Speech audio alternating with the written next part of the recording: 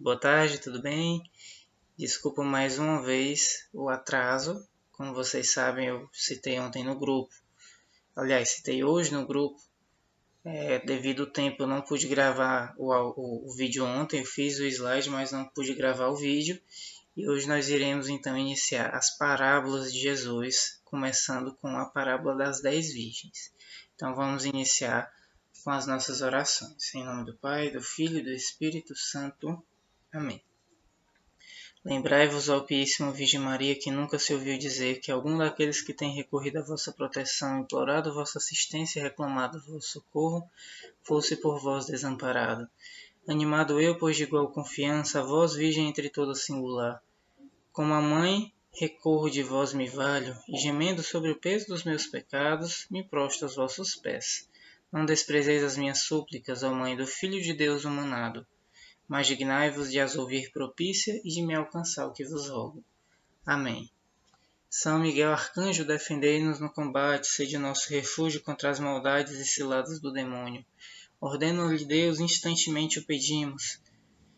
E vós, príncipe da milícia celeste, pela virtude divina, precipitai no inferno a Satanás e a todos os outros espíritos malignos que andam pelo mundo para perder as almas. Amém. Vinde, Espírito Santo, enchei os corações dos vossos fiéis, e acendei neles o fogo do vosso amor. Enviai-nos, Senhor, vosso Espírito, e tudo será criado, e renovareis a face da terra. Oremos, ó Deus, que instruiste os corações dos vossos fiéis, com a luz do Espírito Santo, e fazer que apreciemos retamente todas as coisas segundo o mesmo Espírito, e gozemos sempre de suas consolações. Por Cristo nosso Senhor. Amém. Então, gente, nós estamos aqui iniciando esta nossa formação sobre a parábola das 10 virgens. Parábolas foram uma forma didática que Jesus encontrou de contar histórias a partir de uma ótica verdadeira, como o caso dessa parábola vai falar sobre um casamento, trazendo um detalhe do imaginário de Jesus. Então ele conta um exemplo.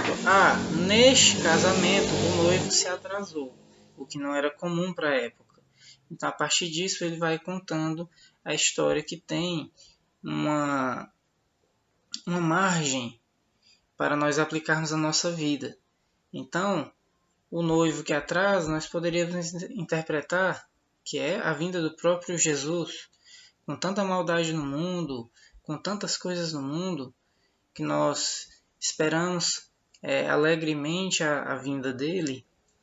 Muitos de nós ficam se perguntando, ficamos nos perguntando até quando, Jesus? Tudo isso ainda irá acontecer, tantos males neste mundo, e ele vem para nos mostrar que ele irá vir no momento correto, irá vir no momento certo, no momento oportuno. Então nós podemos aplicar uma parábola para a nossa vida. E esse é o intuito das histórias que Jesus contava, as parábolas que Jesus contava, era que nós possamos aplicar elas no nosso cotidiano. Então nós vamos iniciar a partir da ótica do Evangelho de São Mateus sobre esta parábola, tá? Pelo sinal da Santa Cruz, livrai-nos Deus, nosso Senhor, dos nossos inimigos, em nome do Pai, e do Filho e do Espírito Santo. Amém. Naquele tempo, disse Jesus a seus discípulos esta parábola. O reino dos céus é como a das 10 jovens que pegaram suas lâmpadas de óleo e saíram ao encontro do noivo. 5 delas eram imprevidentes, e as outras 5 eram previdentes. As imprevidentes pegaram as suas lâmpadas, mas não levaram óleo consigo. As previdentes, porém, levaram vasilhas com óleo junto com as lâmpadas. O noivo estava demorando e todas elas acabaram cochilando e dormindo. No meio da noite ouviu-se um grito: o noivo está chegando, ide ao seu encontro. Então as 10 jovens se levantaram e prepararam as lâmpadas. As imprevidentes disseram às previdentes: dai-nos um pouco de óleo, porque nossas lâmpadas estão se apagando. As previdentes responderam: de modo nenhum, porque o óleo pode ser insuficiente para nós e para vós. É melhor você ir comprar com os vendedores. Enquanto elas foram comprar óleo, o noivo chegou. e as que estavam preparadas entraram com ele para a festa de casamento. E a porta se fechou. Por fim chegaram também as outras jovens e disseram: Senhor, Senhor, abre-nos a porta.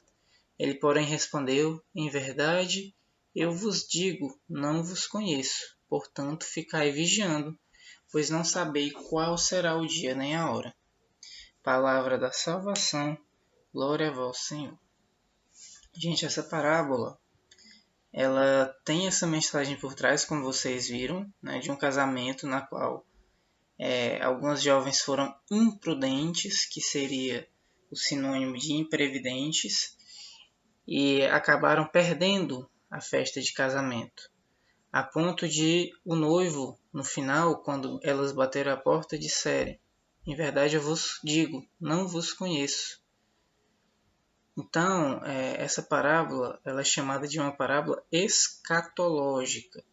Escatologia remete-se ao fim dos tempos. Então, essa é uma parábola na qual Jesus fala sobre o fim dos tempos, quando ele irá voltar. Então, assim como tinham 5 das 10 moças do casamento que eram prudentes e ficaram aguardando o noivo junto com a noiva estava lá e as 5 jovens ficaram aguardando, prevenidas com o olho para a sua lamparina, né, para a sua lâmpada. Elas foram ao casamento. Elas estavam preparadas para a vinda do noivo. Assim nós também temos que estar preparados para a vinda de Jesus. Né? Nós podemos fazer como as jovens imprudentes que ficaram arrastando com a barriga, para depois no final ir pedir às outras um pouquinho de óleo emprestado, e em cima da hora descobriram que não podia ser emprestado o óleo, porque senão não iria dar para elas. E nós podemos ser como as virgens sábias, as virgens prudentes, as previdentes, né? Que se prepararam adequadamente. Vamos aqui então à explicação. Aí é uma imagem das virgens prudentes e das imprudentes. Então aí nós temos 5 virgens prudentes, retratada, percebam com o mouse. Essas 5, cada um está com a lâmpada. Essa daqui dá para ver bem aqui de trás da primeira virgem que ela está com uma. E essa daqui também dá para ver pelo rosto dela que está iluminado que ela também está segurando uma. E já o dessas aqui, vocês percebam que o fogo dela está bem menor do que o das demais. Por que isso? Porque elas não têm óleo suficiente. Não guardaram óleo suficiente. Então, vamos ver aqui com os próximos slides para nós entendermos os elementos da parábola. Tá? Então vamos lá. 10 jovens. Esse é o primeiro elemento dessa parábola. Vamos entender o porquê que eram 10 jovens. Vamos ver o que seria a lâmpada de óleo, o noivo, as imprevidentes e as previdentes, ou seja, eram 5 imprudentes, 5 dessas moças eram imprudentes e 5 eram prudentes. Elas acabaram cochilando e dormindo. O que seria esse cochilar e dormir aplicado para a nossa vida? O que seria o meio da noite, o noivo chegando e a festa de casamento. Vamos entender passo a passo dessa parábola, tá? Nós temos que ter alegria ou temor ante o esposo que está chegando. Percebam que as 5 tiveram reações diferentes à mensagem do noivo estando vindo, né? Ouviu-se um grito: o noivo está chegando, ide ao seu encontro. Então, as 10 jovens se prepararam e levaram suas lâmpadas. Só que as imprudentes ficaram com medo e disseram às prudentes: dai-nos um pouco de óleo, pelo amor de Deus, porque a nossa lâmpada está se apagando.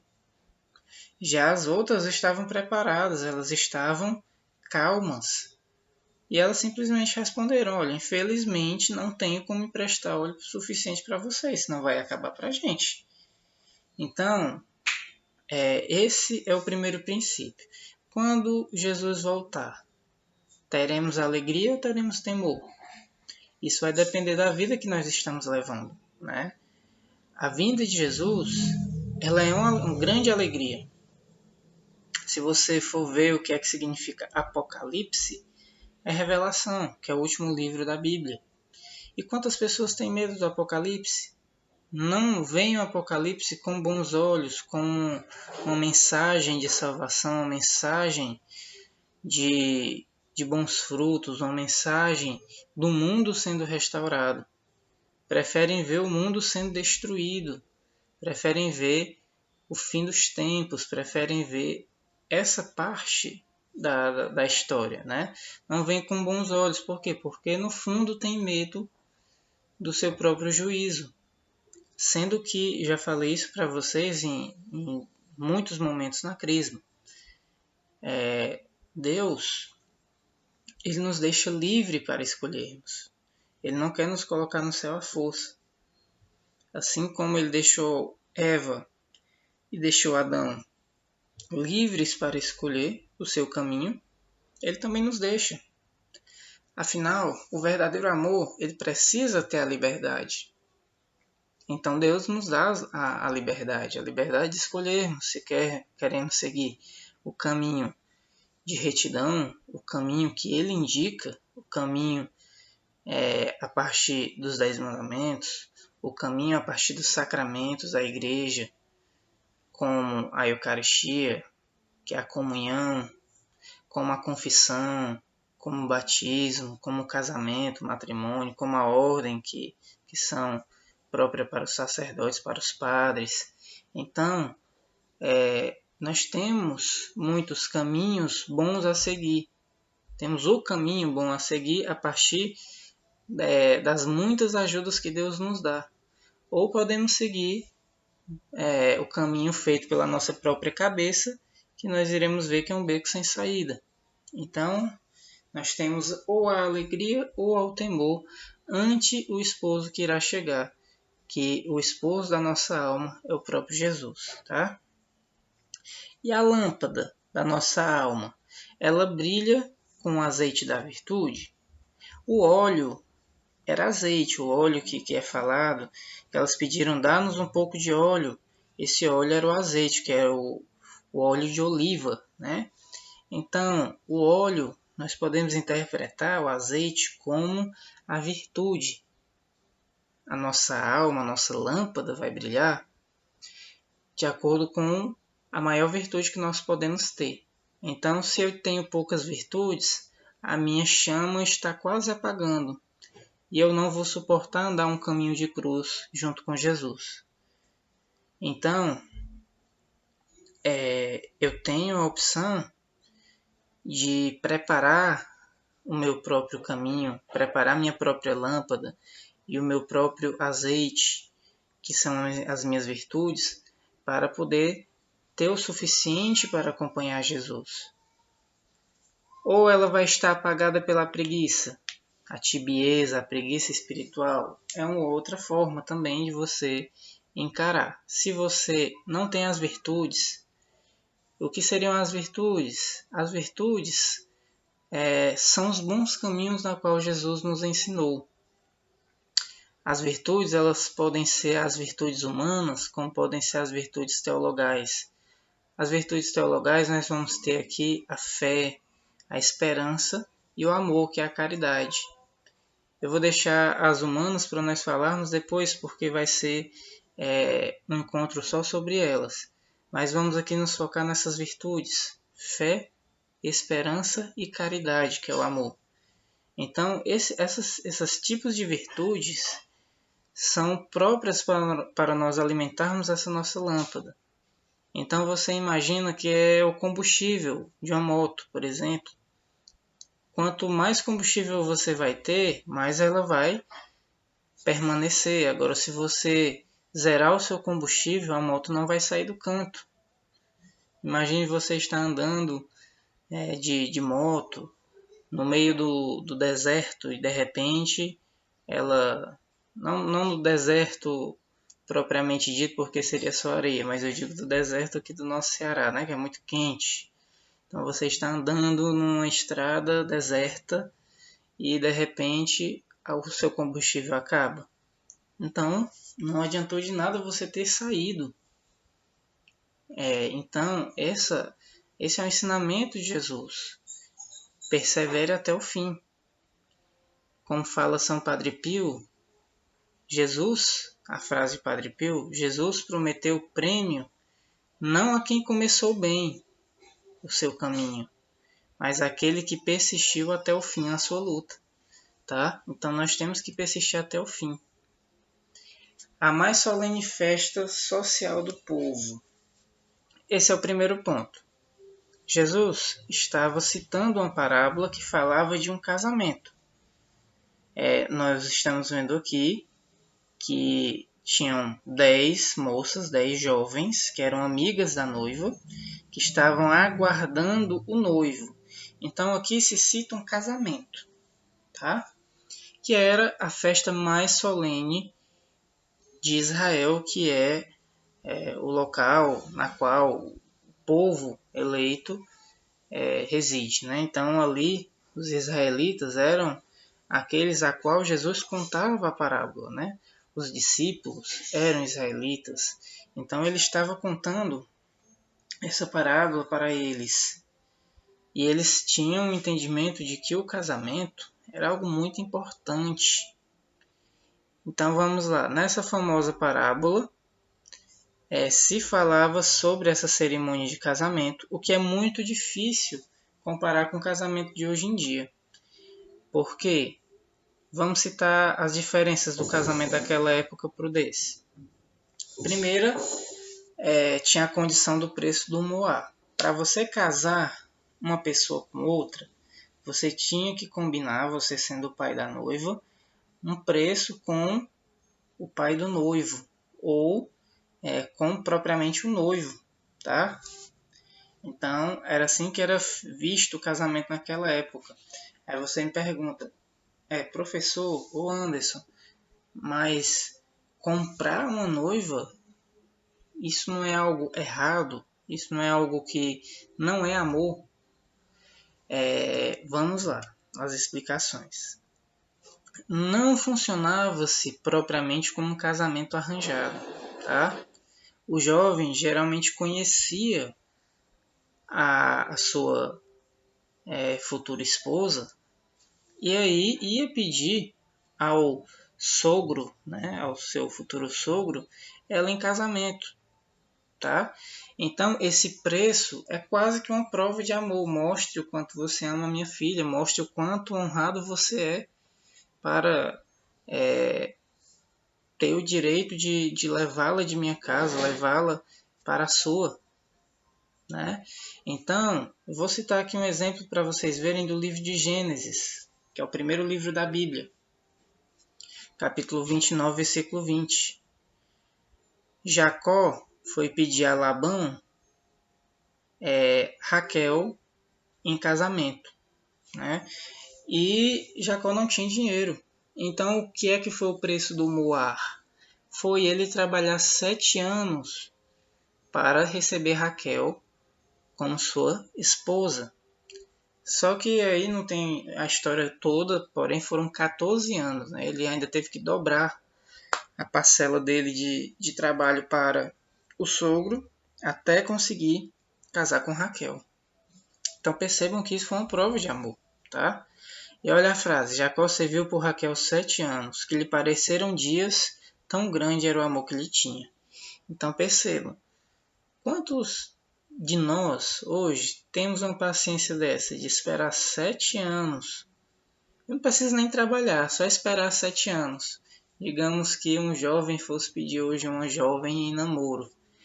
E o pai da jovem dissesse o seguinte, olha, aguarde 7 anos. Se você aguardar com 7 anos, pacientemente, eu vou lá e lhe dou ela para casamento. Quem dessa nossa geração teria esta paciência?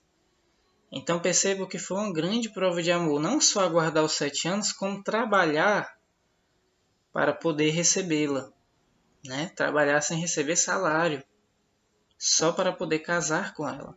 E foram ao todo, como já disse a vocês, 14 anos, né? Porque a história é um pouco longa para ser contada agora. Então, o preço do moar é isso, era meio que uma forma de amor para o noivo né? Ou um desapego material que ele gerava que ele dava ao seu sogro, ou um desapego pessoal, como é o caso do próprio trabalho. Ele iria trabalhar de graça para poder recebê-la como legítima esposa. Tudo isso como uma prova de amor. Será que ele é digno o suficiente de receber a minha filha como sua legítima esposa? E essa questão do preço, como eu falei, será que comprar algo ou alguém é legítimo, é uma coisa boa, é uma coisa válida? Isso não é uma coisa de escravidão? Eu já citei através da história de Jacó e Raquel que não, nesse princípio não foi. A escravidão, de uma forma ruim, nós estamos vendo agora e já de muitos anos, né? Porém, no princípio, o preço de um moar em si, traduzindo para o comprar, não era algo ruim, não era algo ilícito, não era algo pecaminoso, era uma forma de demonstrar amor. Porque vamos olhar o que é que diz São Paulo na carta aos Coríntios, capítulo 6, versículo 20, o primeiro livro de São Paulo aos Coríntios.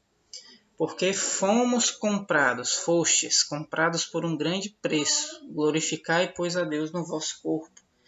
Então nós fomos comprados. Nós fomos comprados por quem? Por Deus. Quando Deus morreu na cruz, ele nos comprou com o seu sangue, tá? Ele deu o seu sangue para a salvação da humanidade. Então, o comprar aqui também não é o preço do moar, o preço do pagamento não foi algo ruim para nós, né? Deus, ele deu a si próprio só para nos resgatar do que nós fizemos, que foi dar as costas a ele. Lá no Éden, no Jardim do Éden, Adão e Eva, com o pecado original, né, ao comer o fruto proibido, eles não simplesmente comeram um fruto qualquer, eles comeram fruto que Deus disse, não comais. Então Deus deu a escolha.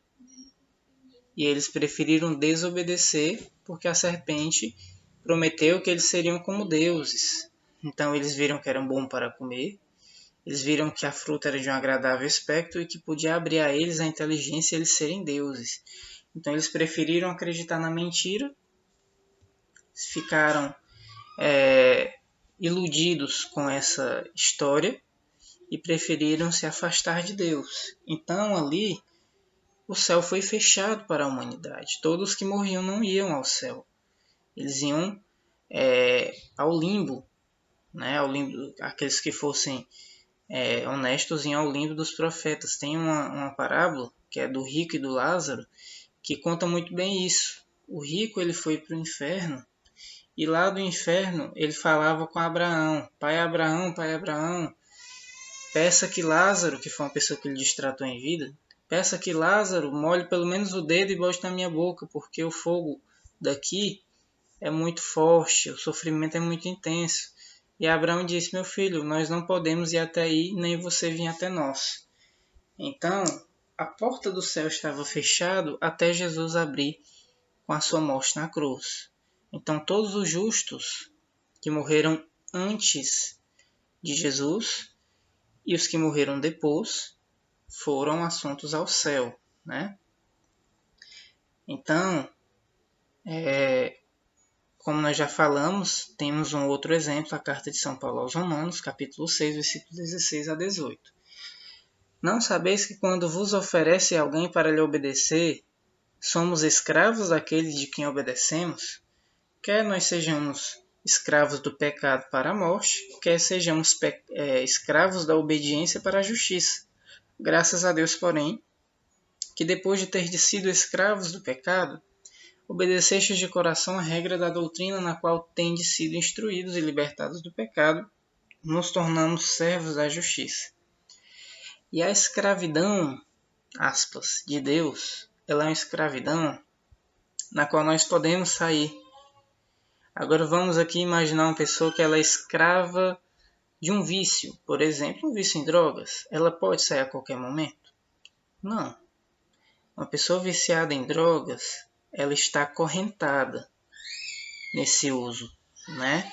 E por ela estar acorrentada no uso de drogas, ela acaba por perder a sua força de vontade de lutar. Já uma pessoa que está, aspas, na escravidão em Deus, ela está livre, né? Ela pode pecar a qualquer momento, mas ela escolhe não pecar. Ela escolhe ficar ao lado de Deus. Aqui eu vou citar um outro exemplo da carta de São Paulo aos Romanos, a continuação. Quando éramos escravos do pecado, éreis livres a respeito da justiça. Que fruto produzimos? Frutos do quais nós nos envergonhamos. Quando nós vivíamos no pecado, que nós falávamos que éramos livres, nós só fizemos cagadas, né? Digamos assim, nós só fizemos coisas na qual nós nos envergonhamos. É uma pessoa que diz assim: eu sou livre, eu faço tudo o que eu quiser, eu bebo, eu fumo, eu roubo, eu mato, eu tenho quantas mulheres eu quiser. Ele é livre? Ele é escravo das vontades, ele é escravo do pecado. Ele não é livre. Ele está amarrado com o seu pé numa bola de ferro chamada pecado. Ele não consegue se libertar disso. Ele diz que é isso que ele quer, mas na verdade não é. Ou a consequência do pecado ele aceita de bom grado, como por exemplo o uso de drogas, que você vai perdendo tudo que você tem, que você vai perdendo, você vai se afastando das pessoas que você gosta, perdendo suas economias, perdendo o bem-estar físico do seu corpo. Você vai dizer que isso é uma coisa boa e honesta? Não é. E por que ele não para? Porque se tornou escravo, ele não consegue largar. A menos que ele aceite mudar de time, digamos assim, né? Sair dessa escravidão que é o pecado e ir para o bom caminho, né? Agora, libertados do pecado e servos de Deus, tendes fruto a santidade, e o termo é a vida eterna, porque o salário do pecado é a morte, enquanto o dom de Deus é a vida eterna em Cristo Jesus, o nosso Senhor. Então a escravidão de Deus é qual? É você olhar para Nossa Senhora, que é a mensageira da Santíssima Trindade, e dizer: Mãe minha, me segure e não me deixe ir para os caminhos ruins. Assim como uma criancinha. Nós nos colocamos igualzinho uma criancinha. Uma criancinha quer ir mexer numa coisa, a mãe sabe que é perigosa, já tira ele de lá. Então, nós somos essa criancinha que está acorrentada nas mãos voluntárias, né? Nós nos voluntariamos a isso nas mãos de Nossa Senhora, né? Nós nos acorrentamos na mão dela, exatamente para que nós não caiamos em tentações, vamos ao caminho do pecado, tá? Vamos dar uma passadinha de como funcionava ainda o casamento. Passado o preço do muar que nós já falamos, tinham o noivado, que era o desponsório. Já lá no noivado, eram marcado a data do casamento, a data das bodas. E com muita antecedência. Por quê? Porque como era algo, como nós já falamos, era a mais sublime aliança que se tinha do povo antigo, eles convidavam muita gente. E a festa durava dias, e não somente um dia como é hoje, geralmente durava uma semana ou até duas, né? E então tinha-se um período grande de antecedência para poder convidar as pessoas e esperar que todas viessem. Vamos lembrar que naquele tempo não tinha carro, não tinha moto, não tinha nada. Então as pessoas vinham de muito longe, vinham a cavalo, vinham em carroças, vinham até em jumentinhos, ou até a pé, de uma cidade a outra para essa festa de casamento. O respeito à família e à tradição das festas de núpcias eram muito grandes naquela época, muito mais do que hoje. Então, o respeito a essas tradições se preservou. Vamos lá, como é que eram antes? Por que eu vou, já que eu vou citar isso aqui de novo, ao respeito dessa tradição? Porque Jesus ele cita na parábola uma coisa que não é muito comum à tradição, que era o atraso, né? Então, se vocês lembram da parábola, se não lembrem, parem o vídeo, podem voltar ou podem pesquisar lá na Bíblia. O que é que aconteceu naquela cerimônia de casamento? Naquela cerimônia em específico, nós tivemos um princípio, que foi o noivo atrasar. Uma coisa que nunca acontecia. O noivo nunca atrasa, né? O noivo ia buscar a noiva para ter a festa de casamento e daí eles irem rumando a sua nova casa. Então Jesus citou essa questão, tá? E como é que acontecia? O cortejo do casamento era formado pelos amigos do noivo. E eles vestiam ele como se fosse um rei, né? Eles esperavam o pôr do sol. Quando chegava o pôr do sol, 5:30 da tarde no nosso horário, mais ou menos, né? Se fosse aqui. Em outros lugares, o entardecer um pouco mais tarde. Então, eles vestiam ele como se fosse um rei, colocavam ele sobre os ombros e levavam ele até a casa da noiva, na qual ela estava com suas amigas. E não tinha um número certo, podia ser várias amigas. No caso aqui citaram-se 10. 10 virgens, ou seja, 10 mulheres puras, né? E aí o que é que acontecia? Ele ia lá, buscava ela e as 10 amigas, e eles iam junto num cortejo como se fosse uma parada cívica, né? Um desfile de 7 de setembro, todos passando enquanto as pessoas nas ruas viam aquilo e se alegravam pelo casamento deles, e eles iam até a nova casa. E lá iria ter o banquete, e isso é proferido a bênção pelo pai, ou uma pessoa de destaque. Inclusive teve a festa do casamento de Caná na Galileia, na qual há sim indícios de que Jesus foi o nubente, foi a pessoa de destaque que fez a bênção, né? E fazia o papel de um sacerdote, para poder então eles migrarem para a sua casa nova e lá terem a sua lua de mel, que é a noite de núpcias. Então esse deslocamento era à noite. Percebam que se o casamento começava de tardezinha, o noivo com seus amigos, quando ficava de noite, 6, 5 e pouco, 6 horas, já iam buscar a noiva com suas amigas. Logo, tem-se que o deslocamento era à noite. Então, cada pessoa tinha que ter sua lâmpada e ter um azeite reserva. Tinha que andar com um azeitezinho reserva. Vamos olhar aquela foto novamente para vocês verem. Cadê a foto? Pronto.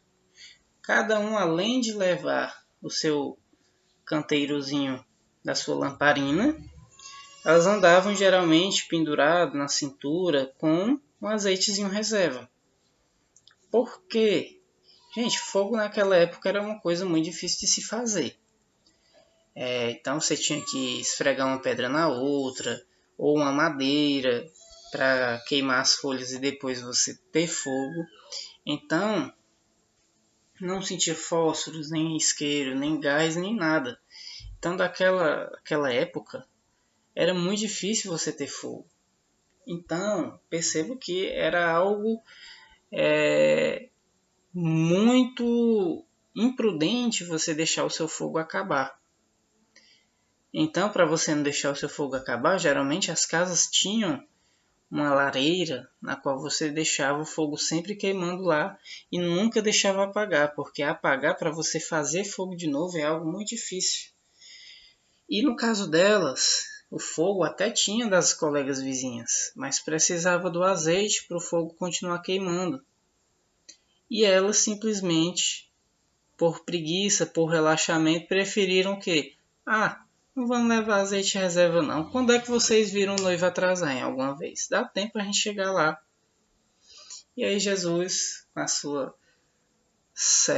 sua sabedoria, ele nos conta uma história na qual o noivo atrasou. Isso nunca acontecia, mas nesse caso aconteceu. E agora? Então vamos imaginar uma pessoa, né, nesse exemplo, que diz assim: não, eu não preciso ir me confessar, eu não preciso ir à missa. Vai dar certo, na semana que vem eu vou. E se não tiver semana que vem? Se Jesus voltar antes? Então, é esse o exemplo que ele quis deixar nessa parábola. Vigiai e orai, porque não sabeis quando o Filho do Homem chegará, quando ele voltará. Então, as virgens ficaram esperando o noivo até o meio da noite, porque esse atraso jamais acontecia. E aí, as imprevidentes, que eram as 5 virgens nécias, e as previdentes, que eram as 5 virgens sábias, nós podemos interpretar ela como os nossos 5 sentidos. Por que eram 10? Por que Jesus quis citar 10? Nós temos 5 sentidos: o tato, o paladar, o olfato, a audição e a visão. Isso segundo um grande sábio da igreja, que foi quem fez a tradução da Bíblia, que é São Jerônimo, de Estridão. Então São Jerônimo diz: olha, no meu entendimento, Jesus citou 10 porque nós temos 5 sentidos. E os nossos 5 sentidos podem ser utilizados para o bem, para o espírito, como também para um sentido carnal. Muito facilmente a gente consegue observar isso. Por exemplo, a audição. Sua audição, você pode levar ela para as coisas de Deus. Você escutar a palavra de Deus, você escutar o conselho de pessoas sábias, você escutar o conselho de sua mãe, escutar músicas honestas. E você pode utilizar a sua audição para o mal. Aquelas músicas que só citam imoralidade, que só citam adultério, que só citam bebidas alcoólicas, que só citam absurdos que a pessoa diz que vai fazer com a mulher, né? Então, aqui nós temos uma prova de que todos os 5 sentidos você pode utilizar ele para o bem como para o mal. O tato, o pegar, você pode utilizá-lo para rezar, como você também pode utilizá-lo para agredir. Então percebam que nós podemos utilizar os 5 sentidos de uma forma carnal ou de uma forma espiritual. Então essa foi a visão de São Jerônimo sobre esse tópico. E nós precisamos do azeite em abundância para nos guiar, como nós já falamos em outras vezes. Então, as prudentes, elas não arranjaram o azeite para as imprudentes, porque senão não sobraria para elas. Então, não foi uma forma arrogante de você tratar as demais, foi porque realmente não tinha como você fazer isso. Assim como você não tem como emprestar sua virtude para uma outra pessoa. A virtude ela é algo próprio, pessoal. Ela é intransferível. O que você pode fazer é rezar pela outra pessoa e dar os méritos da sua oração para outra pessoa, mas a virtude ela é sua. Então percebam que a pessoa ela cria a ilusão de que as imprudentes que não precisava levar o azeite porque a outra iria emprestar. Mas quando foi a hora, ela viu que não tinha como emprestar, porque senão quem ia ficar no meio do caminho era ela. Então, nós vemos aqui uma palavra, uma passagem bíblica de Jesus lá no Apocalipse, da boca do próprio Jesus, quando ele disse assim: não és nem frio e nem quente. Ah, se fosse frio ou quente, oxalá se fosse frio ou quente. Mas como tu és morno, tu não és nem frio e nem quente, eu vou vomitar-te. Então percebam que isso é um exemplo. Deus não quer uma pessoa morna, uma pessoa que acha que já fez o bastante para ir para o céu. Ele quer uma pessoa que lute para buscar o reino dos céus. Ele mesmo disse: quem não abandonar o seu pai, sua mãe e não me seguir, não é digno de mim. Ele não está com isso dizendo: dê tchau para sua mãe e vá viver dentro de uma igreja. né? Não foi isso que ele disse. Quando Jesus disse deixar o seu pai e sua mãe, ele está dizendo: ame a Deus em primeiro lugar. Ame a Deus sobre todas e qualquer circunstância. Ame a Deus acima de tudo, inclusive da própria família. A nossa família ela tem que ser um trampolim para o amor a Deus. E o amor a Deus, um trampolim para o amor à família. Vamos citar um exemplo. Um filho que dê trabalho para o seu pai, ou um esposo ou uma esposa que briga com o seu marido, sua esposa. Ele aguenta, ele suporta todo, ou ela, né, suporta todo esse fardo por amor a Deus. Ele reza e diz: Senhor, é muito difícil me manter com paciência, me manter com sabedoria perante essa situação. Mas eu irei permanecer porque vós, Senhor, também permaneceu com sabedoria perante a cruz. Vós não se abalastes com a cruz. Vós suportastes ela por mim, eu também suportarei ela por vós. Então percebam que é isso que acontece. E nós não podemos ser mornos. Nós não podemos dizer assim, que nem aquela música famosa, né? 99% anjo perfeito e 1% vagabundo. Não existe isso. Se existe 1% de contaminação, você contaminou o líquido inteiro, tá? Imagine subir uma escada rolante enquanto a escada está descendo. Né? A escada está descendo e você quer subir ela. Ela está descendo e você está subindo ela. Se nós formos querer subir a escada na mesma velocidade que ela está descendo, nós não vamos sair do lugar. Então você tem que subir, nadar contra essa correnteza de uma forma mais rápida do que o que de fato ela lhe propõe. Se a escada está descendo a uma velocidade, você tem que subir ela de uma velocidade mais rápida para você não ser, para você não descer, para você não ser engolido por ela, né? Então é como você querer nadar um rio contra a correnteza. E assim é a vida de um cristão. Nós temos que nadar contra a correnteza. E a natureza humana exige os cochilos, mas nós não podemos perder a vigilância. O noivo estava demorando e todas cochilaram e dormiram. Ou seja, ao longo da nossa vida nós teremos períodos mornos na oração. Mas nós não podemos deixar esse período morno se instalar. Nós temos que perseverar.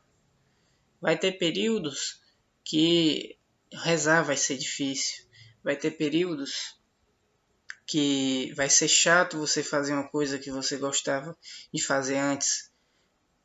Porém, você tem que perseverar nessa vida de santidade. Se nós não perseverarmos, nós não iremos progredir.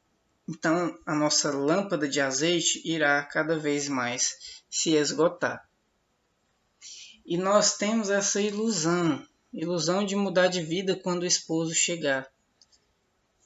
Então, as virgens imprudentes, as virginécias, as imprevidentes, né?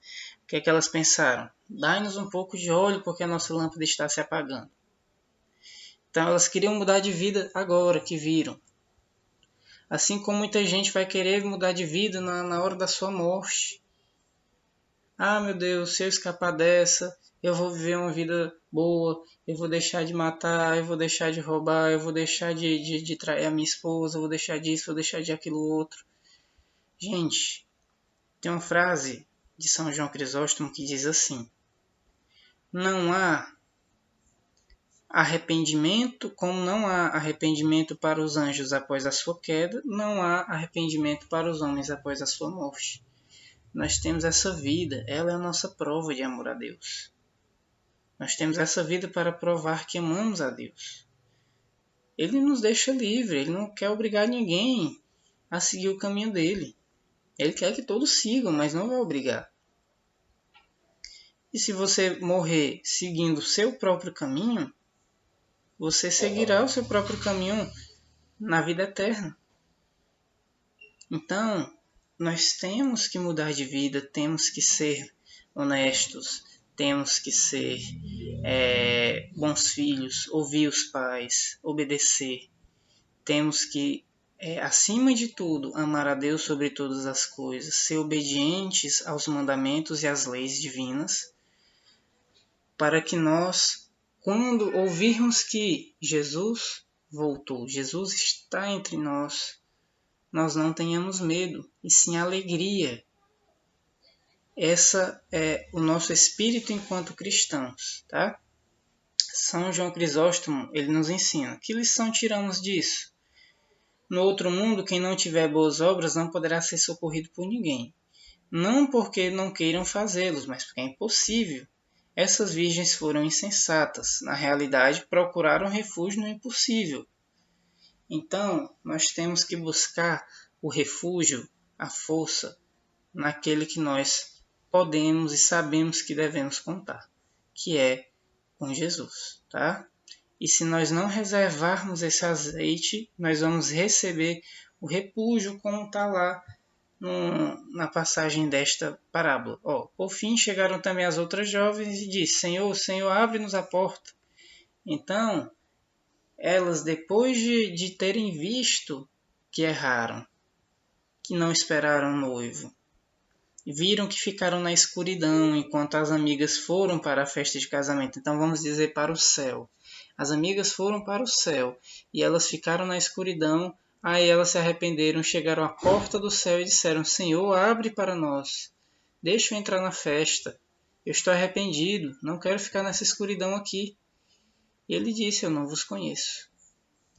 Exatamente porque o não conhecer naquela época não é como hoje, né? Eu não lhe conheço em relação a realmente eu não ter conhecimento de quem é esta pessoa, do que é esta coisa. Naquela época, o não conhecer significava desaprovar e, ao mesmo tempo, respeitar a condição que você mesmo escolheu. Então, quando Jesus disse, eu não vos conheço, ele está dizendo, olha, eu desaprovo o que você fez, mas você que quis. Eu não posso. Como é que eu posso dizer? Eu não posso contrariar sua própria vontade. Você escolheu o seu caminho. Se eu abrir a porta agora para você, você só está aqui pelo medo de continuar lá. E não foi pelo amor. Não foi porque você queria estar aqui. Você queria estar lá. Então, esse modo de agir delas foi o que acabou deixando elas nessa má situação, tá? O que é que São Jerônimo diz? O Senhor não conhece os que praticam iniquidade. E ainda que elas fossem virgens, que elas eram virgens, a parábola diz isso. Estejam orgulhosos de sua pureza corporal e de sua confissão da verdadeira fé, sem embargos, elas não têm o azeite da sabedoria. E basta-lhes como castigo que o esposo as ignore. Então não adianta. Em outra parábola, depois nós vamos ver dois homens. Um que sempre se gabava, Senhor, eu jejuo 3 vezes por semana, eu dou o meu dízimo, eu sou uma pessoa boa, eu nunca fiz mal a ninguém, eu não sou que nem esse outro aqui. Esse outro aqui não vale de nada. E esse outro batia o peito e olhava para o céu, olhava para cima e falava: Senhor, tem de piedade de mim, porque sou um pecador. E na parábola Jesus diz: o que voltou para casa justificado foi esse, e não o outro, porque o outro se achava. E essa, embora fossem virgens, elas podiam se gabar: eu sou uma pessoa muito boa, eu estou me guardando para o meu marido, eu sou uma pessoa honesta, isso e aquilo outro. Porém, não preservaram o azeite das virtudes, tá? Elas não preservaram o azeite das virtudes. Achavam que bastava isso para ser santo. E para você ser santo, que é a condição para nós sermos salvos, isso não é o suficiente. Porque não basta você fazer uma boa atitude. De boas atitudes nós vimos ditadores mundo afora já fazendo, né? Nós vimos pessoas do calibre de um Adolf Hitler da vida, por exemplo, ser cuidadoso e amoroso com animais. Isso fez dele uma boa pessoa? Ele matou 6 milhões de judeus. Então daí você tira. Não adianta você fazer bons atos. Você tem que ser uma pessoa virtuosa. Você tem que unir a fé com a esperança e com a caridade. E com isso, gente, nós nos despedimos da nossa formação de hoje. Desculpa a formação ter ficado um pouco longa. Então vamos encerrar com Ave Maria, rezando para Nossa Senhora da Assunção. Ontem foi a festa da Assunção de Nossa Senhora. Vou preparar um slide para vocês especificamente para falar sobre isso para a próxima semana. Ave Maria, cheia de graças, o Senhor é convosco. Bendito sois vós entre as mulheres e bendito é o fruto do vosso ventre, Jesus. Santa Maria, Mãe de Deus, rogai por nós, pecadores, agora e na hora de nossa morte. Amém. Estivemos reunidos em nome do Pai, do Filho e do Espírito Santo. Amém. Tchau, pessoal.